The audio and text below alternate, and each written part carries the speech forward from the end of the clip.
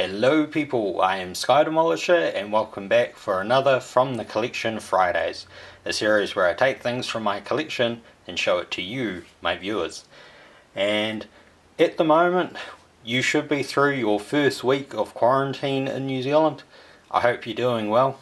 Leave a comment down below on how you're doing if you want to talk.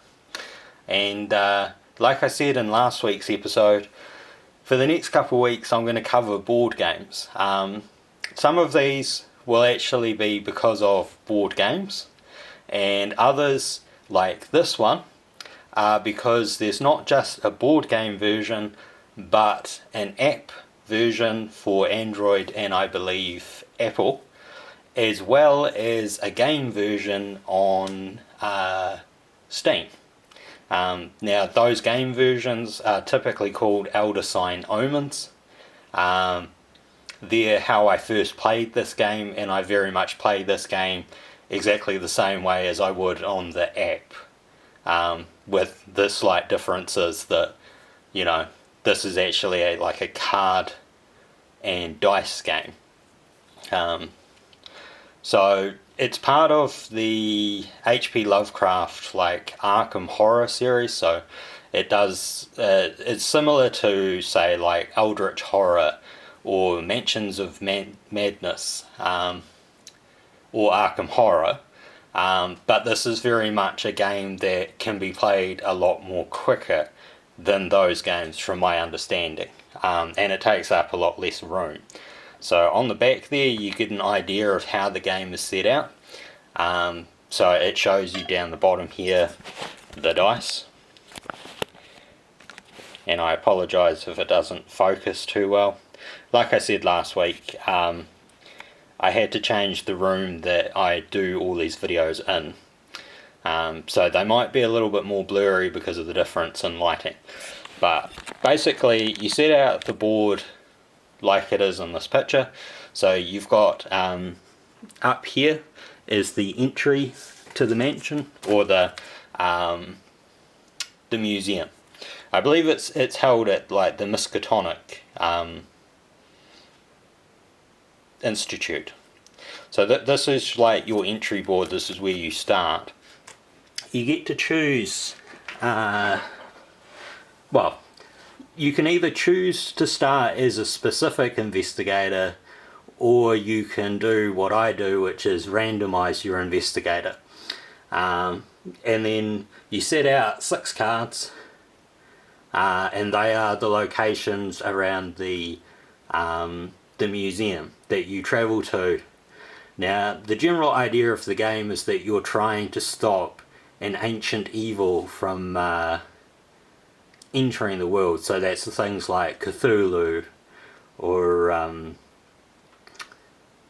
excuse the pronunciation, Nyarlathotep.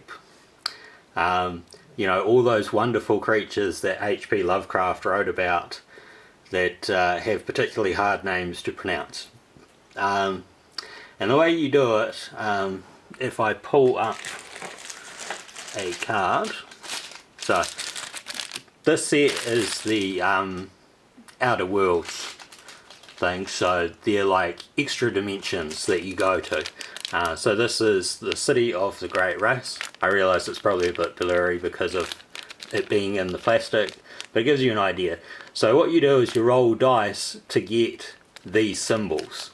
So you'll roll 6 dice normally, because you get 6 of the green, and then you get 1 of the yellow and 1 of the red. In my case I have more dice because I also own Unseen Forces, the Gates of Arkham, and I have it down here, the Grave Consequences expansion. So I have a lot of expansions because I enjoy this game so much.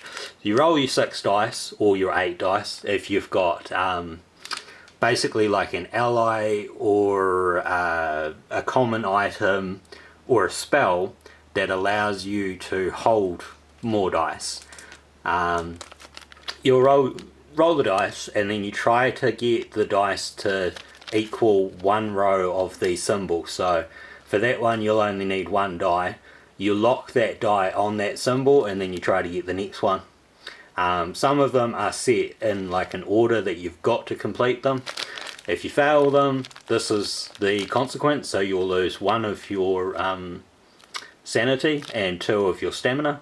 If either one of those reaches 0 in the base game, you either die or you go crazy.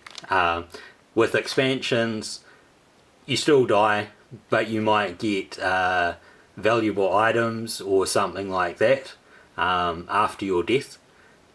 Or if you go crazy, you get like a permanent condition. But if you succeed, you get an Elder Sign, which is symbolized by that pentagram there. And then in this case, it's 3 unique items, I believe it is. And you can use those to make your way through the game. So basically, it's sort of like it's a fight against ancient evil. And the reason why I said at the start is basically that you can actually play this game on your computer or on your mobile device. And that's one of the reasons why I covered this game. I won't go into like what all the components are or anything like that, but basically if you're into say things like Supernatural, where you get to fight off against like ancient creatures and you know this cultists and that sort of thing, then this is a really good game. It's kind of like a way to role play without being too bogged down in the role-playing thing. So what I've pulled out here is, funnily enough, actually a cultist. So on the back it says what he is. So cultist, he ran toward me shouting in a long dead language. If you kill him, you'll get this as a trophy, and then you can spend trophies on like rewards, or I think if you get 10 of them, then you can buy like an Elder Sign, and you need so many Elder Signs to lock away the ancient evil sort of thing. So in the case of the cultist, or any monster, you would put them on top of a card as an extra part of the, I suppose, mission quest. So in the case of this top card, because this one has a white border, that's a card that you automatically have to put a monster on if you're told to draw a monster out, or if some game effect means a monster joins, and it replaces that thing. So on that card you needed to roll for a 3 investigation. Now that can be done off a single die. In the case of this one, you either need to roll a single lore or a single peril. So again, that's only going to cost you 1 die. So you start with your 6 die, you roll your die, and then you use that, unless it's a specific character, you assign that 1 dice to, say, that mission step, and that completes it. The cultist will be beaten anyway, and you get that as a reward, and then you just need to fill out the other set from a subsequent roll.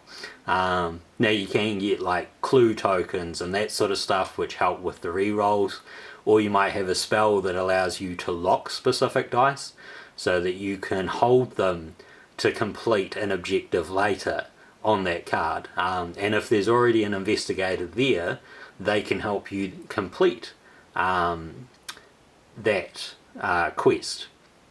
So the board game itself is set out for 1 to 8 players, generally from 14 up, and it will take 1 to 2 hours to play.